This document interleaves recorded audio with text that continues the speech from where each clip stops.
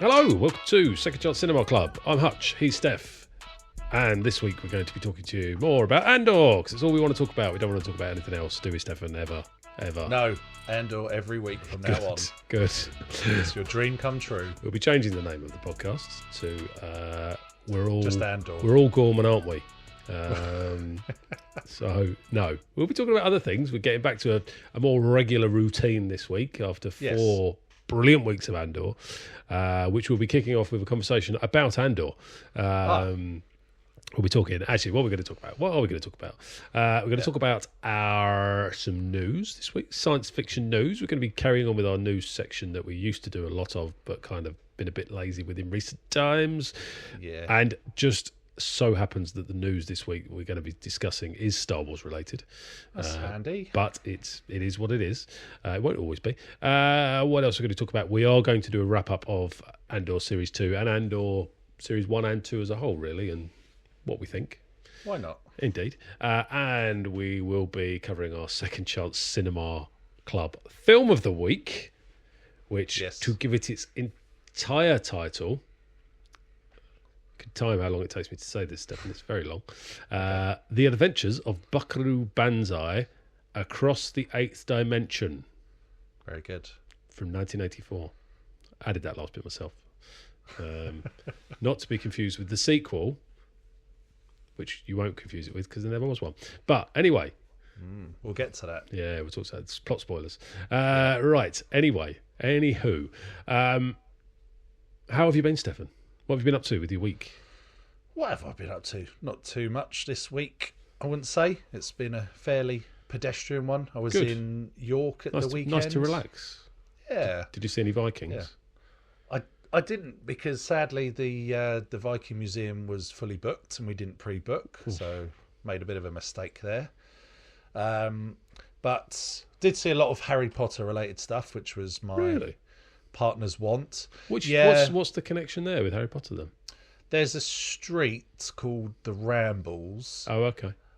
Which apparently served as a bit of a Diagon Alley inspiration, because it's kind of very crooked and narrow and oldie worldy looking. Okay. So that, and it was very, very beautiful, apart from there's a lot of scaffolding at the time, which tends to ruin the magical illusion a little bit in Harry Potter. Yeah. So, yeah, in fact, that seems to be, in terms of York's identity, they seem to be pivoting quite a bit more to we're a wizard city rather than we're a Viking city. Because there's a lot of people, there's a lot of people walking around in wizard robes. We went to a wizard-themed crazy golf place. Is it a bit of a chicken and egg thing? Is it York's kind of, is it how it's marketing itself, or is it just people have latched onto it and they thought, yeah, let's take advantage of this? Yeah, I think they got a bit of a sniff that they were getting tourists for that reason, and they've kind of just latched onto that a bit. I suspect. Sounds like the Viking Centre is still going strong though. It's fully booked. Well, yeah. I couldn't believe it when we turned up and it was said fully booked for today. I went there when I was about 10, I think.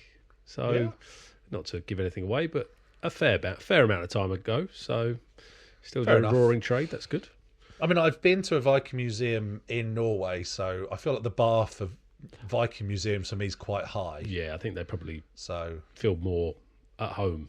Bit more Norway. Authentic. Did you go to the cathedral? Yes. Did you see what's the stained glass window, the rose thing? They have a very. We didn't go inside. They have a very famous. Did you do any ghost tours? I wanted to. Someone else didn't. Really? So, I would have thought it might have been the other way around. Well, yeah, I mean, she's a bit of an enigma, because although she loves watching horror movies, she doesn't want to experience anything real-life horror-like. So. I've not seen ghosts, because they might be real ones. Yeah, they're all right on TV, but ghost tours I'm more than happy to do, because I like... Yeah, I'd love that. I like the stories, and I also take them with a shovel of salt, so... But you're such a believer. Such a believer. In the paranormal. Yes, so anyway, very nice. Very nice indeed. How about your good self? How's your week been? I've mostly been sat in a chair in a dark room listening to the Andor soundtrack and weeping. So dealing with the end of the series really well then. No, genuinely, I'm No, you know what I did do this week actually, based upon some comments you made last week. It's your fault. Shouldn't listen to me. You mentioned last week about how, without getting into too many details about rankings and all this sort of stuff, that you mentioned that the series of Andor that we've just watched, season 2, yes, you thought was at the very least, if not possibly better, at very least the best Star Wars we have had since Mandalorian season 1. I did say that. So on that basis, I started watching Mandalorian season 1. Oh, so you could tell me I was wrong. You're so wrong, so wrong. No, just because I think I take your recommendation seriously. Right. I haven't watched it for a while, so I thought I'd go back and have a look. Yeah, okay. I'm only a couple of episodes in, but it's quite easy watching because it's only like half-an-hour episodes to start off with. I think as the series went on, they got longer and sort of they did because initially, if I remember correctly, the reason they're half an hour, quite strictly half an hour, is because initially it was released on telly. Because Disney Plus obviously didn't exist. Well, that's right, when The Mandalorian came out. It was only once we got into series... There have been 3 or 4 of Mandalorian? 3. It was only when it got to series 3, I think, that it went straight to streaming and they could go, right, we can vary these by 10 minutes or so. It doesn't matter. So anyway, I watched a couple of episodes of that. Really enjoyed it. It's good. Good. So, yes. Thank you for reminding me of its existence. Not that I'd forgotten. Not that I'd forgotten. Quite all right. Yeah, this is a thing that exists. Yes. Go and watch it. Quite. Let's see how well that recommendation thing worked out when we talk about Second Chance Cinema Club later. Yes. So anyway, we're doing all that. I forgot to mention as well, we will of course once again be doing Last Chance Cinema Club. Well, Stefan will be telling us all about the perfectly timely researched list of films that we may be interested in that are going to be leaving Amazon Prime in the next 7 days. I mean, it's so bang up to the minute, I have to do it literally before we record. It is so current that it's so almost like bleeding edge. Just before I hit record on this. So like that. Indeed. So like that. Anyway. I mentioned about some news. Let's start with some news. Did. Okay. And let's pause for a moment to insert some music. News this week, which is science fiction news, but it happens to be Star Wars related as well. So, Ryan Reynolds, he of Deadpool and Wrexham and many other things, Van Wilder, Party Liaisons, Green Lantern. Write that down. Green Lantern, yes. Things that he'd like to remember. He was giving an interview this week with something called the Box Office Podcast. And he mentioned that he has pitched, it wasn't that he'd like to, he mentioned he has pitched to Disney about doing an R-rated movie. So for anyone who's not au fait with the States, that's in the UK, that would basically be an 18. Yeah. And he said he doesn't want to star in it. He's not trying to make Deadpool in Star Wars. Right. He merely wants to be there as a producer or a writer, or both, possibly. And again, he's not trying to replicate Deadpool in Star Wars. He wants to do a proper grown-up film that's got an adult rating because of the content, or as in because of the story and the action, not because he's dropping the F-bomb and snorting coke every 5 seconds, and making reference to anal sex. So he wants to do that. He also mentioned about the fact that he feels like he didn't mention any characters by name, right? But he mentioned utilising existing characters, and he felt there were characters that would lend themselves to that sort of movie. Okay. So I'm trying to think who he might use. So we talked about, because you said it was Star Wars related. Yes. So there's an existing Star Wars character that could feature. Now I work on the assumption that the hero needs to be a rebel, right? Yeah. Traditional. Yeah. I mean, and if it's going to be I don't know, but it's hard to say, right? I don't know how. I don't feel like it could be anyone from Rogue One. No. Well, that's Melshi. Give Melshi a movie. You reckon? #, give Melshi a movie. Start it now. That would be pretty good, actually. He's a great character. Or Val. Val would be. Oh, she'd be like, I don't know what she'd be like. She'd be great. That's what she'd be. She'd be great. She would be amazing. I don't know. There's lots. There's a lot to go at. Yeah, I mean, do you know who sprang to mind when you said R-rated Star Wars? And I'm not talking about Princess Leia in a bikini or anything. But what actually jumped to mind, not yet, was a Mace Windu movie. Yeah. Of him surviving the Battle of Palpatine, but being like horrifically disfigured and mentally shot to pieces, and it being a really dark, gritty, him just scratching a living and rediscovering his powers, maybe. Sounds a bit like the Nick Fury series. Well, yeah, I mean, okay, you just can't just typecast Samuel L. Jackson like that. Well, no, I'm saying though that if it were to, I mean, I don't think. I'm just trying to think because I don't think. Surely, I mean, yeah, I mean, I joke about. I don't think Samuel L. Jackson could play a part of. I mean, he's too. No, just about. I think Samuel L. Jackson could do most things, but yeah, like we're talking 25 years on from. Yeah, I don't think he's Mace Windu ready. Probably. Well, it doesn't have to be immediately after. No, it doesn't. Revenge of the Sith. Could be. I'm not saying it could be recast either. Like, well, yeah, it could be recast. Could be de-aged. To be honest, I think in terms of R-rated stuff and R-rated content, I think a Lando movie. Like he's prime for like, I don't know, hanging around in seedy underworld places and yeah. But I don't know. He feels like a too much of a light-hearted yeah rogue for me because I guess the Solo movie has set a precedent for that really. But not going to get his hands dirty enough. Yeah. I mean, an even grittier Solo reboot would be good and R-rated. I don't know. There's or lots just, of or it could be like a Wookiee horror movie. Well, yeah, we've got that. It's called the Christmas Holiday Special. Yes, no. That's the Wookiee, all the Wookiee horror. That already exists. We don't want to remake that. No, I mean, there's loads of like underworld characters who could potentially. Oh yeah.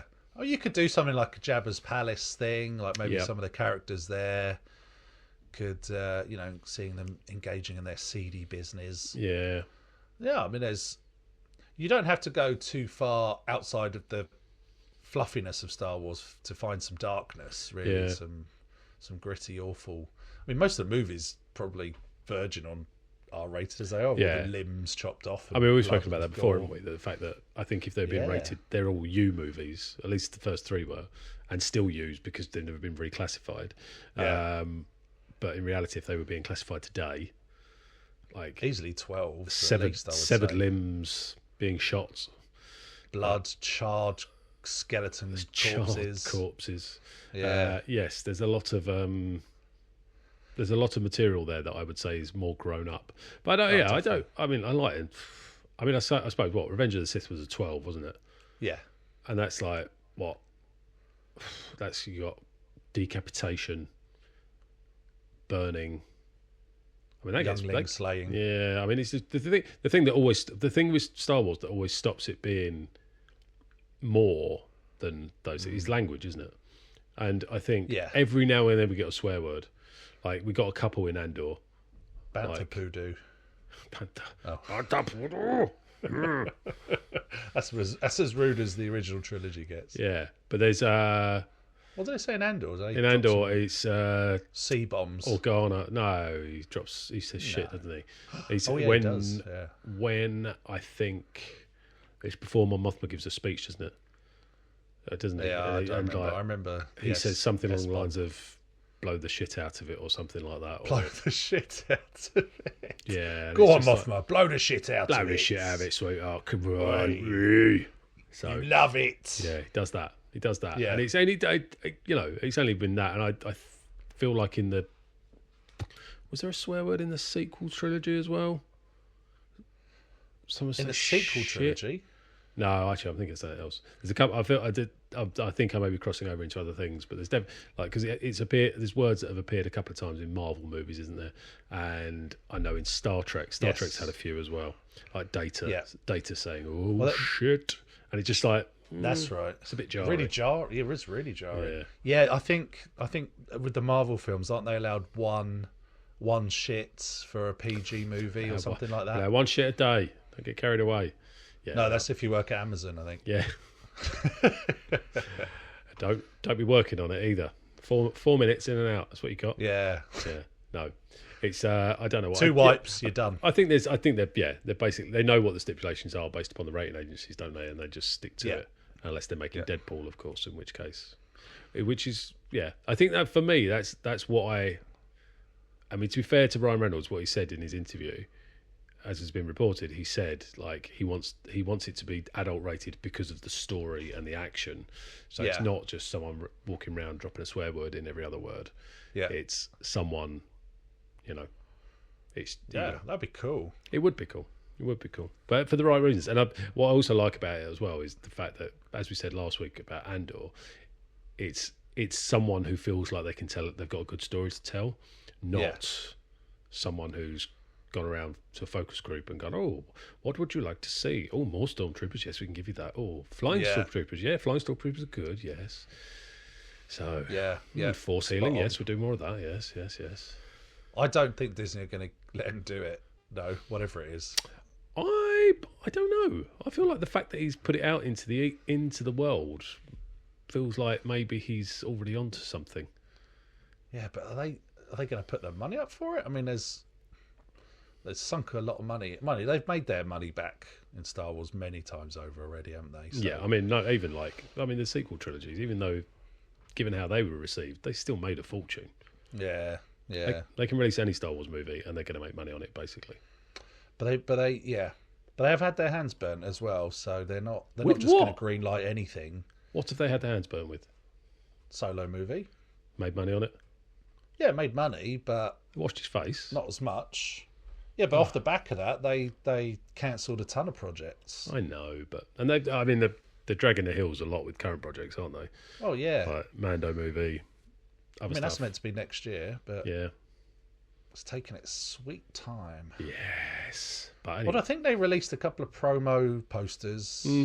I think I saw, unless it were just like fan mock-ups, possibly. It's so hard to know what's real nowadays. It is. It actually is. That's a damning indictment of the society we live in. Yes, but anyway, anyway, that was only real sort of sci-fi news we got this week. There are other bits and pieces, but not anything that we'll concern ourselves with. Sorry, burped mid-sentence there. Right. It wasn't a break in my microphone. It was more. We could have put that down to a technical fault. But... Yeah. So anyway, glad you owned it. Anyway, thank you. Anyway, that's the news. Okay. Bum, bum, bum. Let us move on to talking about Andor. And that old thing. Doing our best. Certainly I'll do my best to be brief. And do a bit of a series wrap-up and an entire wrap-up of both series, because we know we're not getting any more. Well, that's it. All gone. Yeah. All gone. So... I guess maybe let's pick up the discussion where we left off last week. Okay. Or one of the things we started talking about last week but prevented ourselves from going any further with it because we knew we'd be having this chat, which is the 3-episode release structure. Yeah. And perhaps more broadly speaking within that as well, talk about like the idea of the 1-year time hop every third episode. Yeah. Well, it's every 4th episode actually, technically, isn't it? Yeah. Yeah. So, what did you think of those things and how it worked? Well, I put together some pros and cons for the 3-episode at a time format. Now would be the time to avail us of those. Okay. I will start with the things I liked about the 3-episode at a time format. Good. It was, because it was such a great engaging series, it was fantastic not having to wait at the end of the episode another week. You watch the first one, great, I can roll straight into the next one, and although by the end of the third one you're obviously still left wanting more. You kind of feel sated because they've done a bit of a that's it for another year essentially of their lives. Yes. So I feel like it worked in that respect. It made it even more bingeable in those chunks. Like we were saying about the move to streaming, they had even more kind of freedom with the episode length and the cutoff points of each episode. Yeah. So they could, knowing that like we were saying about episode 11, I said felt like a subpar episode really. Yeah. But because it was just the meat in a sandwich of that chunk of 3, you could kind of forgive it. So it gave them a bit more creative freedom to play around with where they stopped the episode, how long the episode was. So it worked in terms of that format. I liked the fact that each week we got a year's worth of story, essentially. I did like that. But counter to that, because of that every fourth episode, episode 1, episode 5, and so on, kind of had to do episode 4. a whole new, had to do a whole new set the scene thing again. Because it was sort of setting a scene for, right, we're a year on, here's where things are again. Yeah. It's interesting you mentioned that, because I quite liked that. Okay. So one of my notes that I've got is I quite liked the fact that it was like every week was like having a trilogy thrust upon us. And if I'm honest, every week for me, it felt like, and I mentioned this last week, I kind of didn't really pay much attention to what happened in each episode. I just took all 3 as a block and go, right, what's happened in that. So wasn't really paying a lot of attention to go, right, this is 1, this is 2, this is 3. But I quite liked that, because I felt like at the start of each call it each trilogy, I felt like the start of each trilogy was an event, and it was like watching the sequel of like the sequel of a movie. Yeah, and like it does a recap. Yeah, and you get that explanation of why their lives are the way they are now and how they've moved on. Yeah, I actually quite liked that, and I enjoyed that. And I always tend to enjoy sequels to movies. I kind of always enjoy that first 10-15 minutes where you're seeing them in their life and kind of getting clues to what's happened in between and all that kind of stuff. Assuming there is a time gap, which in this case there is a time gap because there's a year. Yeah. But, I enjoyed that, and I certainly didn't. I didn't. It sounds like I enjoyed it more than you did. Yeah, I think it just because I know there's definitely other circumstances where you don't enjoy that, because we've talked about setups in films where it's kind of like, come on, let's just get to it. No, like, yeah. No, you're right. We know they're gonna, but I don't think they laboured it. This is the thing. No, they didn't. I think they got the balance right. It was done very well, but it just. For me, it was more of like, we've got to do another catch up again. Yeah. Not a big point by any means, but something I felt was one of the less good things about the 3 episodes at a time. Or not so much about the 3 episodes at a time, but about the yearly gaps between 3 episode blocks. I see. So, so that for me was something that maybe this format, it didn't work quite as well. Obviously, getting 3 episodes at a time, and it was all over super quick. Yeah. 4 weeks in, done and dusted. Whereas it could have been nice to have it, after these years of waiting, have it stretched out over a couple of months. It's kind of a positive and a negative, isn't it? Because you kind of like you're saying you'd like to be able to enjoy it over a longer period. Yes. Yeah. Yeah. So, so it kind of just came and went in a bit of a whirlwind, really, and it was an amazing time, but. It's an amazing time in our lives. It was. But, 2 weeks in, we were already talking about, we're at the midway point. Yeah. And it's and it's sad because it was such great TV. You didn't want it to end that quickly. It is. So and I guess for people who aren't like us, there is always the option to watch them slower. What, at half speed? It's like demolishing a large chocolate bar and be like, well, why isn't there more of it? Why didn't you feed it to me slower? Yeah, well, that's right. Yeah, because we don't have any willpower. We have to just scoff it straight away. Quite. So that for me is probably the main drawback of this. Was it just meant it was done and dusted in 4 weeks. But what a 4 weeks, though. Oh. What a 4 weeks. Oh. So that's kind of the main stuff I think Yeah. I have to say about that. So Okay. I would say, on the whole, I enjoyed the format, but there were some drawbacks. Are we still talking about that? Fucking hell. Yeah. I want to do it some justice. It was a good. It was a new thing from series 1 to 2, wasn't it? In terms of other stuff, was there anything else that you sort of like really stands out as being a positive or a negative? Without lingering at too long, but anything that stood out for you? I think some of the stuff that we have mentioned it before is we got some really great character arcs, and particularly for me, what they did with the characters of Dedra and Clea in this series were the highlights for me. Yeah. So that was an absolute pro in terms of series 2. Somehow they managed to top series 1, which I'll be honest, I didn't think they were going to be able to do it. That was going to be one of my questions. Yeah. No, I agree. I didn't think they were going to do it because the bar was set so high. Yeah. But somehow Palpatine returned. Somehow. We won't explain how, but somehow he did. Anyway, let's not get onto that. Let's not bring it down. There's a few things I still, we don't need televisions in Star Wars, please.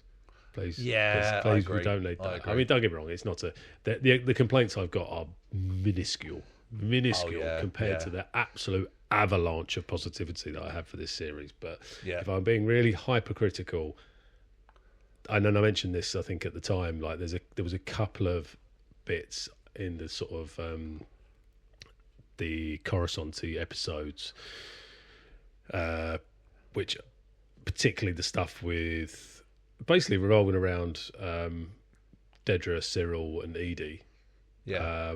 And sort of the stuff in Edie's apartment where she's watching telly, and same with, I think Bix watches a bit of telly as well. Like, it just didn't feel right. There's too much. Yeah, it just didn't feel quite right. I get what they were trying to do, and I get the idea of the propaganda, and I get the idea of the sort of the right wing news peddling crap. Yeah.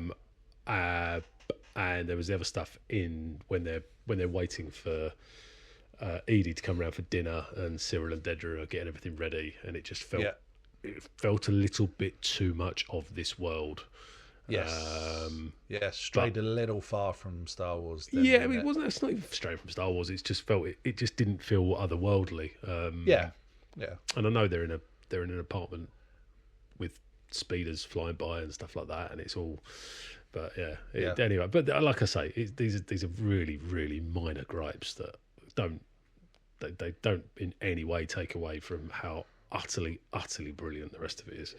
And I do agree with you that I do think it somehow topped Series 1. And for anyone who listens regularly will know just how big a statement that is, because I think Series 1 was incredible. I think when we spoke about it in the past, I mean, I've maintained since Series 1 came out that it is, for me, it made Andor the best Star Wars series that we've had. Yeah. I think for you, previously, you've stated that Mandalorian was top of your list. Well, just as a whole, looking at them all as a whole. Well, that changes it a bit because Banther's in the room and everything. Well, but like, if you took every series in its entirety now, what would be top?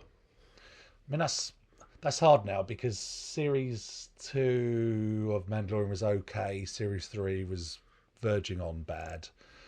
So you got a mixed bag versus two really good, consistent series of Andor. I can't call it. Don't let me sway you. No, I'm not. I think you've answered the question with your. I think summary. I probably have, but I'll. Yeah, for consistency, I'd have to go with one Andor. Good season versus two great ones. Yeah. But that one season I felt was better than. It was good, but you know what I thought, like, it's very. They are so, despite the fact they're both. I think they're both really. They're unmistakably Star Wars. Like, you watch them both independently, and they're very, but they tell a different. They're so different in terms of so different. Yeah. Like and the one thing I think that we haven't spoken about yet in terms of our discussions around Andor, particularly this series, is just how human centric it is. Yeah, like big time. We barely see any other races really.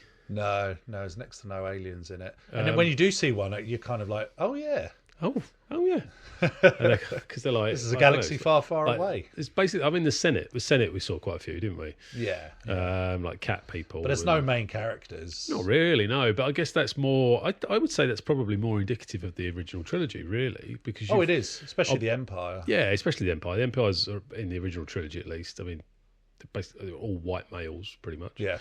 The odd woman, but then you basically in the original trilogy you've got, in terms of amongst the rebels, you've basically got Chewie.